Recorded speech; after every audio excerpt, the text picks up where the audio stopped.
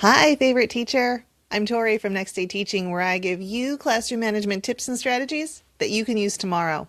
If you're looking for quick, no prep brain breaks for your students, especially upper elementary and middle school students, I've got you covered. That's what I want to talk to you about today. Brain breaks are great because they give the brain a break. It's right there in the name. If you're doing a long lesson, give them a brain break in the middle. If it's a really tough task, brain break. But what most people don't know is that brain breaks are actually energy correctors.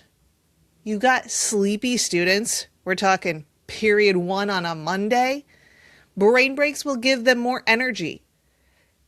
On the other hand, if you have wild and crazy students, period 10 on a Friday, brain breaks are going to help refocus and recenter them on the task at hand. Needless to say, brain breaks are quick, no prep, and absolutely necessary for any teacher's bag of tricks. Today I'm going to give you my 7 favorites. First is the ear and nose switch. This is one that you're going to want to practice before you do it in front of your students. It's also easier when you're giving directions if you have a fluid understanding of your right and your left. Here's what I mean. When you're first giving instruction on this brain break, you're going to want to model it for students. You're going to want to demonstrate facing them if you can. Now, this is my right hand, but when I'm facing students, I tell them to raise their left hand. They're mirroring me. I'm also a former choreographer, so I've got that fluid relationship between my right and my left. It's not going to be the end of the world if you mess it up, or if you just tell them raise one of your hands, but it is easier, I found, if you're able to flip it for them. So you're going to take one of your hands and cross your body and touch your opposite ear. Then you're going to take your free hand, you're going to touch your nose. Okay? Now you're going to switch it. So you're going to uncross your arms. That hand that was touching your nose goes across, touches your other ear. This free hand touches your nose. You're going to switch back and forth as fast as you can, as many times as you can, until you either mess up or end up smacking yourself in the face. I love this one because it's really funny to watch kids totally forget where their nose is. Sometimes you'll get kids who do this. This is great, but it's not ear and nose switch. The reason this brain break works so well is because it crosses the midline. Okay, if you draw an imaginary line from the top of your forehead all the way down your body, between your feet, all the way to the floor, that's the midline. The best brain breaks are ones where we cross over that midline. It activates both sides of the brain to refocus and recenter. So that's ear and nose switch, probably my go-to number 1 favorite. The next one is thumb and pinky. What you're going to do is you're going to make 2 fists with your fingers facing you. You're going to take one of your hands and extend your thumb. On the opposite hand, you're going to extend your pinky. Then you're going to switch. So those fingers come in, your other pinky comes out, your other thumb comes out. And again, you switch back and forth as many times as you can until you mess up or until the teacher decides that everyone's refocused and enough and you continue on with the lesson. Again, this is one that you're going to want to practice before you demonstrate it to your students because it's really easy to put both thumbs out or both pinkies out or just hang loose. It's harder to put just one thumb out and just one pinky out. For me, it looks really easy, but that's because I've got about 16 years of doing this in front of students. So yeah, I've got the practice. The next brain break that's one of my favorites is pencil flipping. Now, it's pencil flipping, but you could also do it with a pen, with a dry erase marker, mechanical pencil, wood barrel pencil, doesn't matter. A stick will work. The idea is that you take the pencil or whatever it is that you're using, point the eraser end towards you. The goal is to flip the pencil, toss it up in the air so that it circles one time and you catch it with the eraser again facing you. So this is going to help your students really concentrate on making sure that this pencil flips one time and one time only, not just throwing it as high as they can, not trying to get it to stick in the ceiling, not just barely flipping it one time and one time only. Now, once your students master that, try making it more difficult by having them switch to their non-dominant hand. I actually had a really interesting conversation with a student once because she and I were both right-handed, but we found it easier to do pencil flipping with our left hand. I don't know, maybe we were more focused because it was our non-dominant hand. Whatever the reason, we both had that same experience. It was a great bonding moment for her and me. Another way that you can make this more difficult is by having students, once they've got that one flip only, then tell them, okay, now you have to make it 1.5 flips, or now it has to flip 2 times. So they have to modulate, adjust their strength as they're flipping, and that takes concentration, that takes focus. So once they sit back down to do their work again, they're going to be more locked in. The next brain break is called opposite direction circles. So you're going to take your pointer fingers and point them towards each other. One hand is going to make a circle starting away from your body.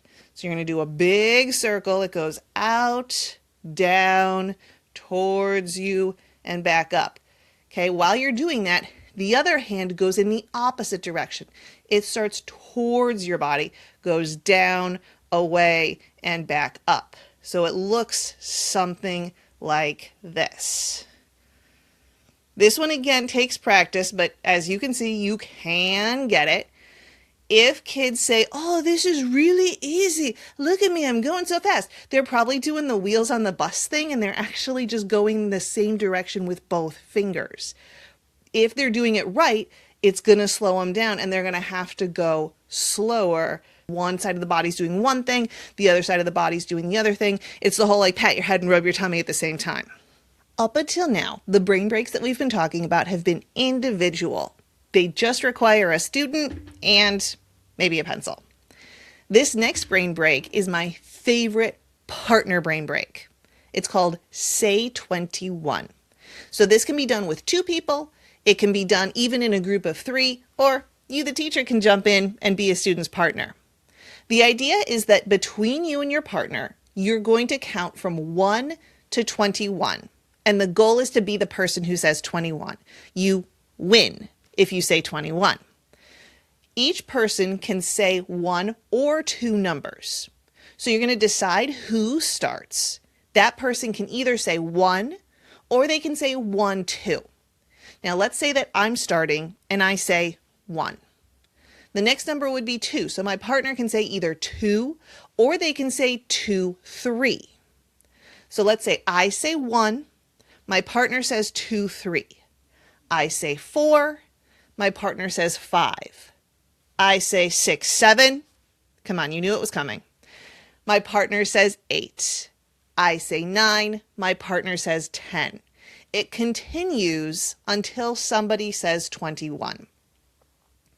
I recommend having students do this at least 2 times. Switch off who starts.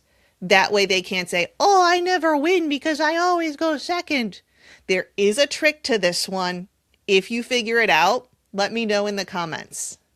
The next brain break is called slap count, and it's also done with a partner. This one doesn't work as well with a group of 3, but you can still make it happen. There are also a ton of variations. So if your students start to get a little bored with one version, you can easily switch it up. You're going to stand face to face with a partner with your hands up. You're going to reach across. So again, this is my right hand. I reach across and tap. I know the name says slap count, but we're not actually slapping anyone. Make that very clear to your students. Tap their right hand. So it's right hand to right hand. And I might say 1, 2 because this is counting, right? Now, unlike Say 21, the goal is not to be the person to say a certain number. We just count up from 1 to whatever you, the teacher, tell us to count to. You might say count to 10, you might say count to 20, you might say count to 30, you might say count to 28. It's up to you. Or you might tell your students, just keep going until I tell you to stop. So 1, 2, and then my partner goes. They reach across, they tap my hand 3, 4, I go 5, 6. Now, some of the variations of this brain break would be counting down instead. So maybe you got to start at 30 and count down till you get to 1 or to 0. You could skip count. You could do the letters of the alphabet if you're working with younger students or English language learners who need to practice those letters. I will caution you though, don't make this academic. It's really easy to say, okay, every time you tap their hand, say a noun or name one of the articles of the Constitution. That's great during content time. This video is about brain breaks, which means that their brains have had enough content. Thank you very much. We need a break. So this is meant to pause content, just give them something light, fluffy, fun, not anything they really have to think about. Okay, resist that temptation. But of course, you can bring this in later when you're doing a review activity or something like that. But then the purpose is different. The instruction is different. The directions are different. The last brain break that I want to talk to you about gets an honorable mention. Here's the story of what happened. We were teaching period 10. It was not on a Friday. It might have actually been on a Monday. We were trying to have a class discussion, and our students, lovely, darling 8th graders that they were not having it. We were trying as many things as we could think of. We were riffing off of each other. We were using silly voices. We were trying fidgets. We were using the noodle ball from last week's video. Nothing worked. So finally, I said, just off the top of my head, being, random, searching in desperation for something that would wake these students up, maybe we have to do the chicken dance. Next thing I know, my co-teacher runs over to my computer, searches it up, and we're blasting the chicken dance, dancing around, making absolute fools of ourselves. And fortunately, we had some really good sports in that class who joined in the fun. Even though not every student joined us, we still were able to wake them up. And for the rest of the year, all we had to say was, do we have to play the chicken dance? And we started getting some hands in the air. So the last brain break that I want to suggest to you is have a dance party. It might be the chicken dance, it might be the Macarena, it might be the cha-cha slide, might be whatever new trending school appropriate song is popular now. But just something to get them woken up. Now, I do have to caution you, dance party is one, especially with your middle schoolers, it's kind of hit or miss. Okay, so after that experience with that class, we had another class then the next year, and they wanted nothing to do with the chicken dance. We played it. We tried to get them involved. They were not having it. That brain break did not work for them at all. So caution, it's not going to work for everybody, but the classes it does work for, it works really well. All right, I want to end by giving you a few tips so that your students can have the best brain break experience. First, get them up. Get them moving. I know that ear and nose switch, thumb and pinky, can be done sitting down. But if at all possible, get students up out of their seats. Don't let them sit down until the brain break is over. The more movement you can work into the brain break, the more effective it's going to be. Now, along those lines, if they can walk across the classroom when they find a partner for slap counting or say 21, for example, that's even better. More movement literally gets the blood flowing, activates the brain. Oh, right, we're in school. We might not be most excited about what we're learning, but we still have to be engaged. Now, speaking of partner activities, let them choose their friends. Some teachers, myself included, don't like to let students partner up with friends because then they get silly with it.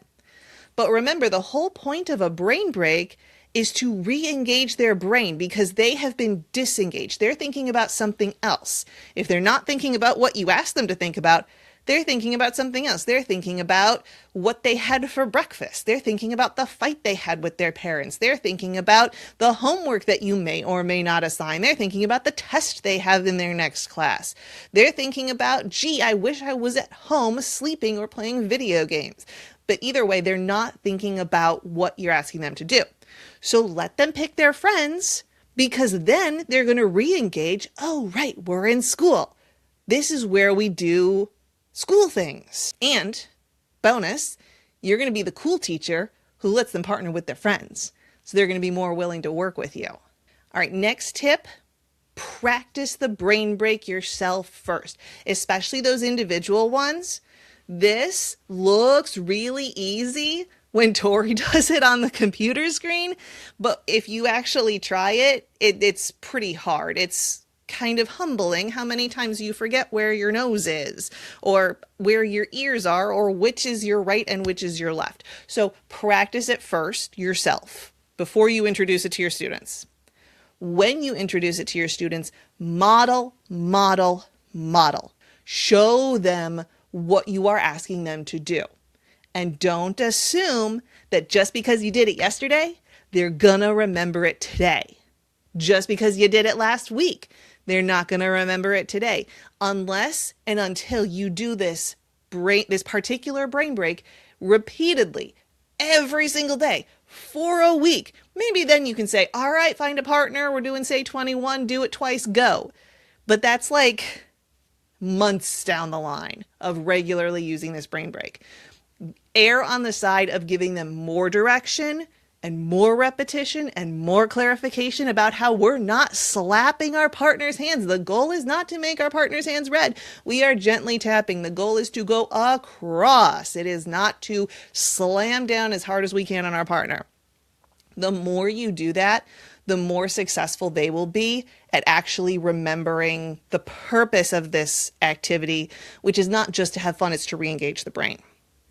The last thing that I want you to keep in mind is make sure that no brain break experience takes more than 5 minutes. In fact, 5 minutes is even too long. I would say no more than 2.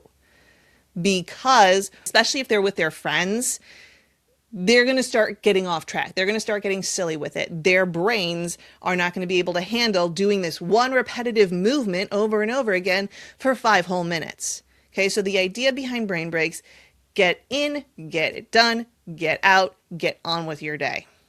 So if you want these brain breaks in printable format, I'm working on a set of free brain break cards. I'll leave the link below when they're ready. And I hope you have calm transitions and quiet hallways.